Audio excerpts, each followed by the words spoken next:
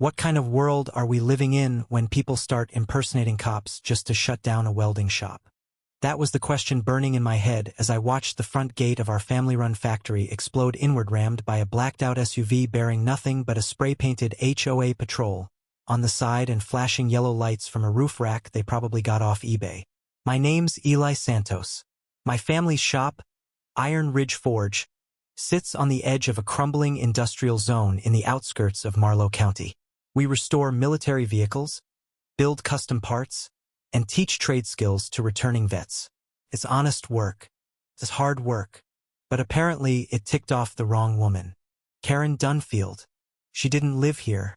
She was the self-appointed safety director for a fake HOA several blocks away, the kind that bullies retirees over mailbox colors and insists on rules that don't exist.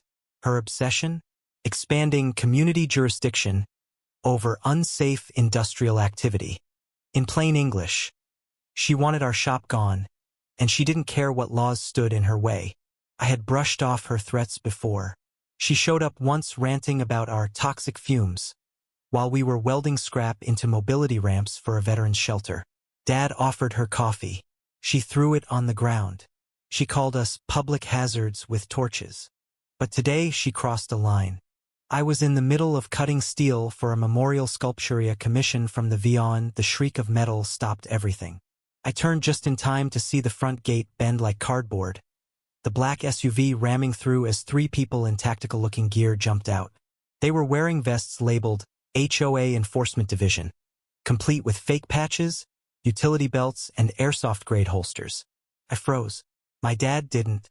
He stepped out from behind the lathe, wiped his gloved hands on his apron, and yelled over the grinding silence.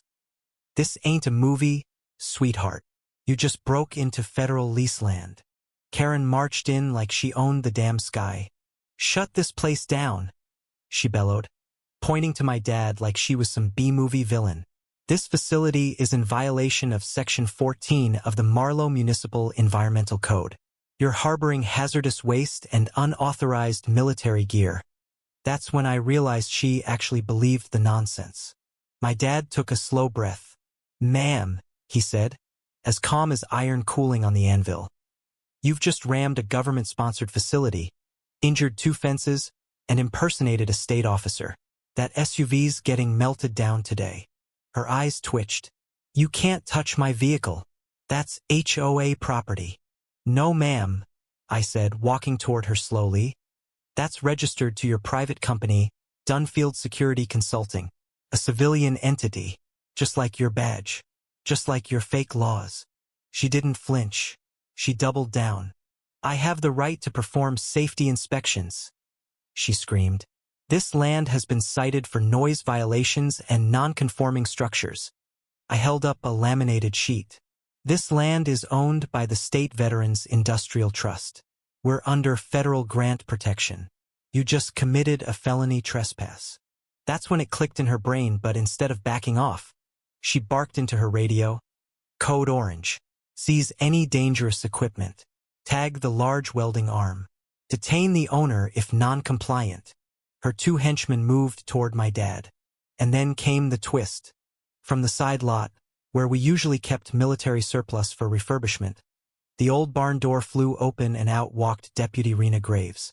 In uniform, gun holstered, badge shining. "You touch him, I will make sure your mugshot goes viral by sunset." Karen's goons froze. "Deputy," Karen tried. "This is an HOA operation. We have jurisdiction." "You don't have a damn clue what jurisdiction means," Rena said, pulling out a folder from under her arm. "You're under investigation for fraudulent code enforcement, impersonating an officer, and obstruction of government-funded aid work. And yes, I have the judge's warrant." Karen went pale. That was just the beginning. And it gets better. Do you think Karen deserved what came next? Or was it too far? Let me know. Karen didn't move. She didn't speak. Just stood there, chest heaving, like someone had yanked the floor out from under her little power trip.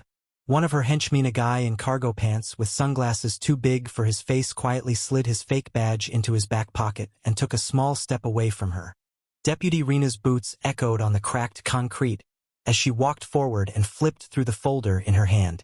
Your so-called enforcement unit was caught on camera last week, entering 3 other properties in this district without consent. You threatened a disabled welder, tried to find a daycare for shade cloth violations, and just last night you harassed a widow who built a ramp for her grandson. Karen opened her mouth, but no sound came out. Rena glanced at the SUV, still half embedded in our gate. And this, she said, tapping her pen against the photo on her report, is the final straw. She turned to me. Eli, you said you had camera footage of the crash? I nodded. Multiple angles, including audio. My dad keeps everything backed up to the cloud in real time. Rena smirked. Good. That'll help the DA sleep easy tonight. Karen suddenly found her voice but not her reason. This is outrageous. This is a misunderstanding. I was acting under the guidance of the HOA Charter of 1989. My dad crossed his arms, grease still streaking his forearms like war paint. Lady, there is no charter. That document you keep waving around is a forged PDF written on a typewriter template and signed by 3 people who moved out of state years ago. Her face crumbled for a second. Just a second. Then she spun toward her henchmen. Confiscate the welding arm.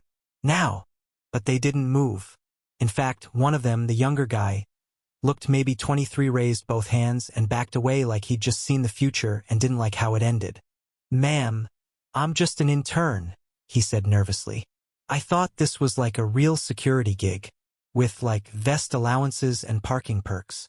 Karen's jaw dropped, and then Dad made his move. He walked past the scene like it was any other Friday morning, headed straight to the scrap bay where a rusted crane magnet hung from an overhead beam. With the push of a lever and the grumble of gears, the magnet swung low and hovered directly above the SUV's crumpled roof. The hum of electric current crackled through the air. Karen screamed, "Stop! That's private property. You can't." Clank. The SUV rose a few inches off the ground like a defeated dragon hauled by its neck. You're lucky, Dad said quietly. If this were wartime and you breached a secure motor pool, you wouldn't be shouting right now. Rena nodded. We'll need to keep that SUV as evidence. Good, Dad replied, guiding the hanging vehicle slowly toward the fenced-in corner of our yard where condemned junk was stored. It'll fit nicely next to the old tank turret and that Soviet radar array we're converting into a weather beacon. Karen stood in the middle of the yard, trembling, fists clenched. She looked less like a commander and more like a child who finally realized no one was listening. But the real twist came just moments later when the gate buzzed again. This time it was the county commissioner, dressed sharp in a navy blazer, flanked by 2 men in suits and a woman with a news camera slung over her shoulder. Commissioner Joseph Rayburn entered with a furrowed brow and a tablet in hand. I heard there was an incident, he said calmly. Then his eyes locked onto Karen. And it's just as I feared. He turned to Rena. She's the same woman who forged permits for that illegal fence project on Riverbend Creek. Isn't she? Rena nodded. Same signature, same fake badge, same pattern. Karen shook her head violently. This is political. You all just want me silenced because I hold people accountable. Commissioner Rayburn raised the tablet. You were caught trying to declare an emergency annexation zone to seize 4 properties, one of which belongs to a non-profit serving disabled veterans. You've filed over 200 fake violations in the last 6 months. And, he added with quiet rage, you threatened the wrong family this time. Karen laughed, wild and hollow. You think some welding veterans scare me? I've been running HOAs since you were in diapers. Rena stepped forward and read from a small card. Karen Dunfield, you are hereby detained on suspicion of impersonating a public official, criminal trespass, reckless endangerment, property damage, and civil rights violations against a federally protected business. You have the right to remain silent. The handcuffs clicked, loud and clean. Karen didn't resist. She just muttered, almost too soft to hear, I just wanted to feel important. And maybe, in that tiny sentence, buried under all the venom and destruction, there was a sliver of honesty. But it didn't matter. Because feeling important doesn't give you the right to terrorize people doing honest work. Karen's arrest didn't end with her being led away in cuffs. No, it was just the first domino. Within hours, footage of the SUV crash, the magnetic lift, and her absurd enforcement tantrum was already online thanks to the local news team who happened to be doing a community piece on small veteran-owned businesses. Talk about timing. That video exploded. By sundown, it had over 800,000 views and was trending under the hashtag #MagnetJustice. People weren't just entertained, they were angry. And rightfully so, because Karen wasn't just a local nuisance. She was the tip of a rotting system. Her HOA cops had been bullying homeowners, fining families for chalk drawings, and threatening single parents with lawsuits over imaginary code violations. And the kicker? Her so-called HOA wasn't even registered legally. It was a shell corporation under her name, with her daughter listed as the treasurer and her cousin who hadn't lived in state for years as the supposed legal counsel. But here's the twist nobody saw coming. After she was booked, an anonymous tip landed on Rena's desk. The thumb drive. No label. Just a single file. Operation QuietVine.pdf. It outlined Karen's real Plana property takeover scheme. She was planning to manipulate defaulted homes and lapsed businesses into the fake HOA's control, then resell them to corporate real estate firms. Our forge? One of the last pieces on her Phase 3 list. She called it a prime rezone target once the veterans are displaced. That lit the county attorney's office on fire. Investigators found Karen had already seized and flipped 3 homes belonging to elderly veterans by forging unpaid fine notices, locking them out under the guise of HOA violations, and transferring control via predatory liens. It wasn't just harassment anymore. It was fraud. Real, prosecutable, felony-level fraud. The entire community rallied. People who had kept quiet out of fear started speaking up. One woman brought forward a recording of Karen threatening to report her immigrant husband for unlicensed gardening. Another neighbor revealed Karen had installed fake security cameras around his house and claimed they were community surveillance devices. And then came Mr. Albright. He was 82, a Korean War veteran, soft-spoken and slow to anger. He showed up at the commissioner's office carrying a weathered manila folder. Inside, a notarized deed from 1962, showing that the plot Karen tried to seize from him last spring was never part of any HOA aerial or imagined. And taped to that deed was a receipt from Iron Ridge Forge dated 6 months prior for a new iron gate we'd custom built for him. He'd saved it, proud of the craftsmanship. That's when the commissioner realized this wasn't just a story about one corrupt woman, it was about how far she'd gotten because no one had shined a light in her direction until now. They did more than shine it. By the end of the week, the county launched Project Gatekeeper, an initiative to audit every HOA in the area, especially those that had sprung up mysteriously in the last 5 years. Karen's fake charter and digital bylaws were picked apart like a carcass. Her accounts were frozen, her vehicles impounded, and her assets seized pending civil lawsuits from over 24 families. And the SUV? We kept it in the junk lot, right beside the magnetic crane. My dad painted a sign next to it that read, "Try forging that." We thought that would be the end. But then something happened I didn't expect. One afternoon, maybe a week after the storm had settled, I was restocking inventory in the back when a familiar figure stepped onto the forge floor. Her name was Danielle, Karen's daughter. She looked nothing like her mother. Jeans, worn sneakers, no makeup. She held a plastic grocery bag and approached me like someone entering a church after years away. I brought these," she said, holding out the bag. "They're my mom's old HOA records. Real ones. From the neighborhood before she changed." I was cautious. So was my dad. But we listened. Danielle explained that Karen used to actually volunteer for cleanup drives and neighborhood events. She'd help fix fences, plant flowers, even organize safety courses. But after her husband died, something shifted. She got obsessed with control, with order, with being important. She started talking like she was the sheriff of suburbia, Danielle said, and we couldn't stop her. She told us we were either with her or against her.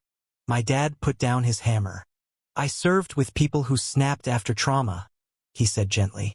But they didn't start empires of fear. They asked for help. Danielle looked away. I didn't help her, she whispered. And I didn't stop her either. She left the records and we passed them on to the task force. Some of the documents helped confirm more forgery, but others sold pictures. Meeting notes, handwritten letters reminded people that before Karen turned toxic, she was once just someone trying to belong. That didn't excuse what she did, but maybe it explained the hole she fell into.